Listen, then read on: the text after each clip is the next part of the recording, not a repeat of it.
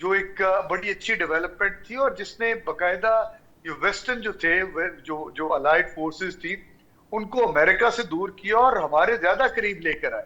آج دیکھیں اسرائیل بالکل تنہا ہے. اسرائیل اب یہ وار کوئی کہہ نہیں رہا کہ یہ اسرائیل اور ایران کی وار ہے. یہ وار صرف اور صرف امریکہ اور ایران کی رہ گی اور ایران اس کے اندر وکٹوریس بن کے سامنے آ رہا ہے. جس طرح اب ہم بات کر رہے ہیں, دیکھیں کبھی کسی نے سوچا تھا کہ ایران وار کے ساتھ امریکہ وینیزویلا گیا, راتوں رات رجیم چینج کر کے آ گیا. امریکہ عراق گیا, راتوں رات رجیم چینج کر کے آ گیا. لیبنان کے اندر جو کچھ انہوں نے کیا, انہوں نے اردن کے اندر جو کچھ کیا, انہوں نے شام کے اندر جو کچھ کیا, یہ سارے وہ ممالک تھے جن کا بارڈر آخر کار آ کر ایران کے ساتھ لگتا تھا, اور ایران کے بعد پاکستان اور اسرائیل اور انڈیا. آپ نے دیکھا کہ کوئی اور ملک ہو نہ ہو, لیکن انڈین پرائم منسٹر بھاگ کے پہنچ گئے اسرائیل اور کہا کہ مجھے تو یہ اپنا ایک مدرلی لینڈ رکھتا ہے اسرائیل. جب یہ وار سٹارٹ ہوئی تو وہ انڈائریکٹلی اس وار کے اندر شامل ہونا جا رہے تھے کہ کسی طریقے سے ایران کو کیپچر کر لیا جائے اور پھر پاکستان کے اوپر اسرائیل جو ایک اس کا بہت پرانا خواب ہے انڈیا کے ساتھ مل کے, پاکستان جو ایک نیوکلیئر پاور ہے, اس کے خلاف کوئی محاذرہ کی جاتی. لیکن میں سمجھتا ہوں Pakistan chief of defence forces ہمارے, انہوں نے بہت اچھا کردار ادا کیا. وہ نہ صرف مڈل ایسٹ کنٹریز کو ایک دوسرے کے ساتھ کانفلکٹ سے بچایا انہوں نے, بلکہ ایران کو بھی ایک جو ہے وہ سیف ایگزٹ ہمیشہ دیا. اور آج بھی جب وہ ادھر گئے ہیں تو آئی ایم شیور کہ یہ امریکنز جو ہیں یہ ان کے کہنے پہ گئے ہیں. امریکہ اس سے سیف ایگزٹ چاہتا ہے, ایک ریزنیبل جو ہے وہ ریسپیکٹیبل طریقے سے چاہتا ہے کہ ہم یہاں سے نکل جائیں. اور جس دن یہاں سے نکل کے دیکھیں نا اس کا فرق کیا پڑا. $32 ارب کی ڈیورنگ دس کرائسس جو ہے وہ چائنا نے ایکسپورٹ کی ہے اپنی آئل پروڈکٹ. چائنا ایران نے کی ہے. تو جب اتنے بڑے پیمانے کے اوپر ان کی ایکسپورٹ چل رہی ہے, ان کے پاس ڈالرز آ رہے ہیں, ان کا جو ہے تہران کے اندر جو ہے میٹروپولیٹن سٹی ہے, وہاں پہ بریجز بن رہے ہیں نئے, وہاں پہ انڈر گراؤنڈ بن رہی ہیں, وہاں پہ بالکل ٹھیک ہے بریسٹر صاحب, بالکل ٹھیک کہا آپ نے. اور امریکہ کے اندر ایران جنگ کے علاوہ ٹرمپ کو بہت ہی امپورٹنٹ ایشوز ہیں, بہت ہی ایسے چیلنجز ہیں جس کا سامنا ہے. معیشت اور مہنگائی کا وہاں پہ طوفان ہے, لیونگ لوگوں کا جو لیونگ کا ایشوز ہے اس پہ بہت زیادہ لوگ اپسیٹ ہیں. اور پٹرول کا پہلے بات ہو چکی, پیٹرولیم مصنوعات وہاں پہ بہت ہی مہنگی ہیں, ٹیکس کی کٹوتیاں جو وہاں پہ شروع ہوئی ہیں, ٹیرف کا جو ایشو ہوا ہے, اور سب سے بڑا معاملہ وہاں پہ لا اینڈ آرڈر کرائم. اور جو ٹرمپ کی ناکامیوں کی ایک لمبی داستان ہے جو ابھی وہاں پہ ڈسکس ہو رہی ہے. کاسٹ آف لیونگ کی میں نے بات کی کہ 29% ووٹرز جو ہے وہ اس پہ احتجاج کر رہے ہیں کہ کاسٹ آف لیونگ اتنا بڑھ گیا ہے, معیشت اتنی خراب ہو گئی ہے کہ وہ اس پہ احتجاج کرتے ہوئے نظر آ رہے ہیں. یعنی موصوف کا 1 سال کو 7 مہینے کا پیریڈ ہو گیا ہے حلف اٹھائے ہوئے. تو اس میں ناکامیاں, لڑائیاں اور یہ سارا کچھ اس میں شامل ہے. اور سب سے بڑی بات یہ ہے کہ امریکنز یہ کہہ رہے ہیں کہ جو فرسٹ امریکہ کا ایک سلوگن ہوتا تھا وہ سارا پیچھے چلا گیا. جی بلوچ صاحب, آپ ذرا اس کا احاطہ ضرور کیجئے جو باتیں میں نے آپ کے سامنے رکھی ہیں, اور ایک بات اس میں ضرور رکھیے گا کہ اسرائیل کہاں چلا گیا. اسرائیل بالکل پیچھے چلا گیا. جس طرح بریسٹر صاحب کہہ رہے تھے یہ لڑائی تو ایران اور امریکہ کی لڑائی بن گئی, اسرائیل کہاں پہ؟ دیکھیے اگر ہم آئی تھنک موٹے موٹے پوائنٹ یہ ہیں کہ پاکستان کا امن کا مشن جاری رہنا چاہیے. کیونکہ ہم شاید اختتام کی طرف جا رہے ہیں تو میں کچھ چیزیں میں بتانا چاہوں گا. Pakistan must not waver, number 1. Number 2, جو بیلنسنگ ایکٹ ہمارا ڈپلومیسی کا ہے وہ پروو ہو گیا کہ اس سے ہمیں ہمارے نیشنل انٹرسٹ اس سے سرو ہوتے ہیں, ہماری کریڈیبلٹی بڑھی ہے, ہمارا جو ڈپلومیٹک سٹیچر آگے ہوا ہے. تو یہ ہمارا کارنر سٹون ابھی ہے اور رہنا چاہیے. اس وار کا ایک اور انانٹینڈڈ جو کانسیکوینس ہوا جو کہ it's very interesting. I think for the first time that I am also bringing it to your forum کہ مکہ میوچل ڈیفense agreement جو ہے نا, it is the unintended consequence of this war. اس وار نے وہ انسیکیورٹی پیدا کی in the Gulf region. اسی وار نے انوینسبلٹی کا مت توڑا اسرائیل کا بھی اور امریکہ کا بھی. خوف سے باہر آئے یہ لوگ. پاکستان کو بھی کسی حد تک کہہ سکتے ہیں, ٹرکی کو بھی ہم کہہ سکتے ہیں, سعودی عرب کو بھی کہہ سکتے ہیں, ورنہ شاید ہم بات کرتے تھے, اگر آپ کو یاد ہو کہ کاش کہ مسلمانوں کا ایک اتحاد بنے, لیکن وہ کاش الحمدللہ ایک حقیقت میں ہو گیا. تو اس وار کا یہ ایک انانٹینڈڈ ہے جس کو ہمیں بڑی حفاظت کرنی ہے, بڑی سوچ بچار کے ساتھ اور حکمت کے ساتھ آگے بڑھنا ہے. اس کو کبھی بھی ہم نے اندرونی جو اختلافات ہیں عربوں کے اسرائیل ایران کے, اس کے ساتھ نہیں ہونے دینا مکس اپ, اور اس کو کنسولیڈیٹ کرنا ہے, انسٹیٹیوشن بلڈنگ کرنی ہے, لیڈرشپ دینی ہے, اور اس کو واقعی اگلے 4-5 سال میں we should be able to see it کہ واقعی وہ ایک جو ہم کہتے ہیں لوکل اپنا ایک ریجنل سیکیورٹی آرکیٹیکچر ہو, وہ بن جائے. جب آپ کا یہ بن جائے گا تو یہ جو اسرائیل آپ کو آج نظر آ رہا ہے جو اتنا بڑا ہے, وہ ایک نقطہ بھی نہیں رہے گا. It is all about your strategy.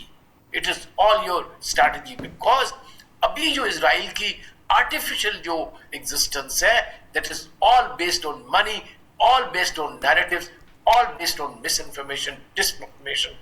اور امید یہی کی جا سکتی ہے کہ آگے والے دنوں میں جو نوجوان ہے امریکہ کا, وہ اسرائیل کی حقیقت اب جان چکا ہے, مزید اور جانے کا. تو ابھی اس کے بعد پتے نہیں رہ گئے اسرائیل کے پاس, there is nothing to play. بلکہ اب تو میں یہ بھی کہوں گا, ٹرمپ صاحب has to watch his own hands. He does not have, اس نے کس کو کہا تھا, کسی لیڈر کو, کہ you don't have the cards. میرا اپنا خیال یہ ہے کہ somebody should tell Mr. Trump کہ you don't have the cards. جی بلوچ صاحب, بالکل آپ نے صحیح احاطہ کیا, سارے پوائنٹس کو آپ نے ایڈریس کیا. Thank you very much. ناظرین یہاں لیں گے ایک بریک, اور بریک سے جب واپس آئیں گے تو ایشو کو کنٹینیو کریں گے. Stay with us. ناظرین اب بات کر لیتے ہیں ڈومیسٹک کچھ ایشوز کے اوپر, اور جو سب سے بڑا ایشو ہے, جو ٹاک آف دی ٹاؤن ہے, جو پاکستان کے اندر ہر شخص جاننا چاہتا ہے کہ بانی پی ٹی آئی آخر الشفا تک کیوں نہ پہنچ سکے, اور جو توہین عدالت ہوئی ہے اس پہ محسن نقوی صاحب کو تو بیل آؤٹ کر دیا گیا, اور پی ٹی آئی باقی تمام لوگوں کے خلاف کورٹ پہنچ گئی. اب کورٹ کا فیصلہ کیا ہوگا, اور بانی پی ٹی آئی واپس آئیں گے نہیں آئیں گے, گورنمنٹ جانے کی خبریں بھی ساتھ ساتھ ہیں. تو اس پہ ذرا کھل کے ذرا بات کر لیتے ہیں. جی عارف چوئی صاحب, پاکستان کے اندر خبریں بڑی گرم گرم ہیں, آپ تو امریکہ میں بیٹھے ہیں, تو یہاں پہ جو بانی پی ٹی آئی کو کورٹ نے آرڈر کیا تھا, اور اس کے بعد جو کچھ ہوا وہ آپ جان چکے. اب توہین عدالت کا پروسیس ہے, کیا لگ رہا ہے آپ کو کہ توہین عدالت پہ کچھ سرپرائز ہوگا, وہ روٹین کی کاروائی ہوگی, کیا ہوگا؟ میں آپ سے ایک بات عرض کروں کہ ہماری ایک نفسیات بن گئی ہے کہ ہم نے دشمنی میں اس حد تک آگے جانا ہے کہ انتہائی چھوٹی چھوٹی بات پہ بھی ہم نے اڑ جانا ہے اور مرنے مارنے پہ تل جانا ہے. اب اگر یہی بات, یہ جو آپس میں جو بھی جھگڑا ہے, جس حد تک بھی نفرتیں ہیں, اتنی بڑی بات تھی نہیں کہ ایک شخص جو ہے اتنے سالوں سے جیل میں پڑا ہے اور ساری دنیا کہہ رہی ہے کہ اس کا صرف چیک اپ کروا دیا جائے, اور وہ بھی انڈیپینڈنٹلی ایسی جگہ سے کروایا جائے, الشفا ہسپتال سے کروا دیا جائے, تاکہ گھر والوں کو تسلی ہو جائے. اور قرائن اور شواہد بھی اس طرح کے ہیں کہ یہ جو ان کے اندر کلاٹ پیدا ہوئے ہیں, جن کی وجہ سے ان کی ایک آنکھ کی بینائی متاثر ہوئی, یہ کلاٹس بیسیکلی یعنی کسی ایسی چیز کا نتیجہ ہے جو irregularity تھی یا کوئی چیز ایڈمنسٹر کی گئی ہے, جو بھی ہے. تو میں یہ سمجھتا ہوں کہ اگر کسی کا دامن صاف ہے تو اس معاملے میں کوئی حرج نہیں تھا کہ وہ جاتے, ان کو الشفا اسپتال لے جا کر ان کا چیک اپ کروایا جاتا, اور پھر لوگوں کو بتا دیا جاتا کہ دیکھیں جی یہ انڈیپینڈنٹ ڈاکٹرز ہیں, ان کی رپورٹ موجود ہے. اور دوسری بات یہ ہے کہ پریسیڈنٹ آلریڈی موجود تھا, یہ ایک نہیں کئی پریسیڈنٹ موجود تھے. اس میں خاص طور پر نواز شریف صاحب والا کیس ہے, وہ اتنا اہم کیس ہے کہ جس میں اس وقت کے چیف جسٹس جو اسلام آباد ہائی کورٹ کے تھے, انہوں نے کہا تھا کہ جی آپ جو گورنمنٹ سے کہا تھا کہ آپ جو 2 دن کی بات کر رہے ہیں, کیا آپ 2 دن میں ان کی زندگی کی گارنٹی کر سکتے ہیں کہ یہ زندہ رہیں گے؟ تو اب ایسی صورتحال میں, اور انہیں کہاں بھیجا گیا, ملک سے باہر بھیج دیا گیا, اور وہ پھر 3 سال تک نہ آئے. ایسی صورتحال اچھا میں آپ عمران خان تو کورٹ کا فیصلہ اب کیسا لگ رہا ہے آپ کو جو آنے والے دنوں میں تو انہیں عدالت پہ فیصلہ آنے والا ہے؟ آپ چونکہ بڑے سینئر وکیل ہیں، آپ سمجھ سکتے ہیں کہ اس کا بھی کچھ سرپرائز آ سکتا ہے یا وہ روٹین کی کاروائی ہوگی؟ مجھے تو لگتا ہے سرپرائز آ جائے گا. اس کی وجہ یہ ہے نا کہ چیز ایسی ہے کہ عدالت یا تو بالکل اپنے آپ کو اسی طرح جس طرح سلمبر میں گئی ہوئی تھی اور وہ بالکل اسی طرح رہتے اور ذرا برابر بھی ایکٹیو ہونا نہ شو کرتے تو اور بات تھی. اب تو دیکھیں آپ نے ایک آرڈر پاس کیا ہے اور اس آرڈر کی بلیٹنٹ وائلیشن ہوئی ہے. یعنی اس حد تک کہ جو ان کا مطالبہ تھا وہ آپ نے تسلیم کر لیا کہ وہ ہم پورا نہیں کر سکتے تھے. یعنی وہ مشین جس سے ان کا چیک اپ ہونا تھا وہ پیمز ہاسپٹل میں موجود ہی نہیں ہے. یعنی یہ خود آپ تسلیم کرتے ہیں. تو اس کے بعد اگر آپ اسے پیمز ہاسپٹل کی بجائے میں ہی لے کر گئے ہیں، الشفا میں نہیں لے کے گئے، تو آپ نے کورٹ کے آرڈر کی وائلیشن جو ہے بڑی کلیئر کٹ کی ہے. اور اب کورٹ کے پاس اس کے علاوہ کیا راستہ ہے کہ جب کہ وہ دو جج کے بارے میں توہین عدالت میں 2 دفعہ اپنا یہ دکھا چکی ہے، حکم کا امپلیمنٹیشن کو دکھا چکی ہے کہ بھی کورٹ کا آرڈر تو یہ ہوتا ہے کہ اگر کوئی امپلیمنٹ نہیں کرتا تو howsoever high he might be and wheresoever he might be seated، ٹھیک ہے، اس کے خلاف یہ کاروائی توہین عدالت کی نتیجہ تھا اسے اس اقتدار سے علیحدہ ہونا پڑتا ہے، بالکل اسے ٹھیک ہے. کنوکشن فیس کرنا پڑتی ہے. تو برقی یہ تو صاحب، میں سمجھتا ہوں. برقی صاحب آپ کو کیا لگ رہا ہے جی جو سچویشن بن چکی ہے اس پہ پیپلز پارٹی اور پی ٹی آئی کے اتحاد کی باتیں ہو رہی ہیں، عدم اعتماد کی باتیں ہو رہی ہیں، گرینڈ اپوزیشن کی باتیں ہو رہی ہیں، حکومت کے جانے کی باتیں ہو رہی ہیں، کچھ صداقت لگ رہی ہے جی آپ کو اس سارے معاملے میں؟ دیکھیں جی ایک چیز تو ہے نا، ونڈز آف چینج تو آپ دیکھ سکتے ہیں نا، جو ونڈ کدھر بلو کر رہی ہے، کس ڈائریکشن میں بلو کر رہی ہے. آئی تھنک چینج کی طرف ہوائیں چل رہی ہیں، ہوائیں اور چینج کی طرف محسوس ہو رہی ہے آپ کو ہوائیں. چینج کی طرف جا آج رہے ہیں. لاہور میں بھی چلی ہے، بارش بھی ہوئی ہے. بارش بھی ہوئی ہے، وہاں تھنڈر سٹارم ہوگا پنڈی میں انشاءاللہ. اچھا تو یہ جو ہے ویسے بہت فلش ایکٹ تھا جن کا، حالانکہ وہاں تارڑ وغیرہ یہ لائرز بھی ہیں. اتنی عقل نہیں ہے کہ ایک I am a student of law, میں لائر نہیں ہوں، ٹھیک ہے جی، مگر یہ دیکھیں کہ ایک اتنا اسپیسیفک انہوں نے کہا ہے کہ فلانا ہاسپٹل میں جانا ہے، اسپیسیفک انہوں نے کہا ہے کہ فلانی تاریخ تک یہ ہوگا، اس کی بہن ملے گی اور فیصل سلطان اور ان کی بہن پارٹ ہوگی. بھئی اس پہ کیا حرج ہے؟ ان کو ساتھ انکلوڈ کر لیتے، وہاں لے جاتے شفا ہسپتال میں. مگر ہے کہ بہت اسٹوپڈ، اور یہ گورنمنٹ مسٹ بھی جو بھی ہے ککڈ آؤٹ اور ڈیزالو جو بھی ہے، کیونکہ یہ کام پاکستان کے لیے نہیں چلتے. اس کی ایک اور میں آپ کو بتاؤں، یہ جو اب گئے ہیں بڑی امپورٹنٹ میٹنگ تھی تہران میں، اس میں آپ نے دیکھا ہے کہ شہباز شریف کو لے کے نہیں گئے، اسے سائڈ کر دیا، سائڈ پہ لگا دیا کہ بھی تیرا اس میں نہیں ہے. نقوی ساتھ گیا، محسن نقوی. اور کوئی چینجز تو آنے ہیں، یہ تو بڑا کلیئر لگتا ہے، مگر ہاؤ دے وڈ اپنا ڈیل ود عمران، وہ ایک ہاٹ پوٹیٹو ہے، نہ نکل سکتے ہیں نہ باہر نکال سکتے ہیں. تو یہ میرا خیال ہے اس پہ I don't know, I am not, اتنا مجھے نہیں وہاں پتہ سیاست کیا ہے. اچھا کرنل صاحب کو پتہ ہوگی، مجھے سچی بات ہے. آپ کو کیا لگ رہا ہے کہ کوئی تبدیلی آنے والی ہے یا بس ہے روٹین کی باتیں ہیں، چائے کی پیالی میں طوفان؟ بات کرتا ہوں، کیا ہے یہ ہے کیا؟ بات کرتا ہوں. مجھے شہباز صاحب کی تبدیلی جلدی نہیں نظر آتی تھی. اچھا، مگر ان کے نہیں نظر آتی تھی یہ کہہ رہے ہیں؟ جی میں عرض کرتا ہوں. اچھا، مگر ان کے سبارڈینیٹس نے اس معاملے کو اتنا مس ہینڈل کیا ہے کہ مجھے ایسے لگ رہا ہے کہ شاید ان کی اپنی ٹیم میں سے کچھ لوگ محسن صاحب کا انتظار کر رہے ہیں. وہ لگتا ہے کہ بہت زیادہ لوگوں کے محسن ہیں. اچھا، کوئی جواز نہیں بنتا تھا کسی قسم کا کہ جب ان کو پتہ ہے کہ محسن نیگوشیٹ کر رہا ہے معاملات اور خان صاحب کے ساتھ 1 to 1 چیزیں آگے پیچھے ہو رہی ہیں. مطلب آئی بی ان کے نیچے ہے، آئی بی اتنی بیوقوف تو نہیں، ایک منٹ ایک سیکنڈ کی ریکارڈنگ دیتی ہوگی. جب پتہ ہوتا ہے خان صاحب کے ساتھ کس کی 1 to 1 باتیں ہو رہی ہیں، کون کر رہا ہے؟ جی میں عرض کرتا ہوں، دیکھیے جہاں تک پی ٹی آئی کا تعلق ہے،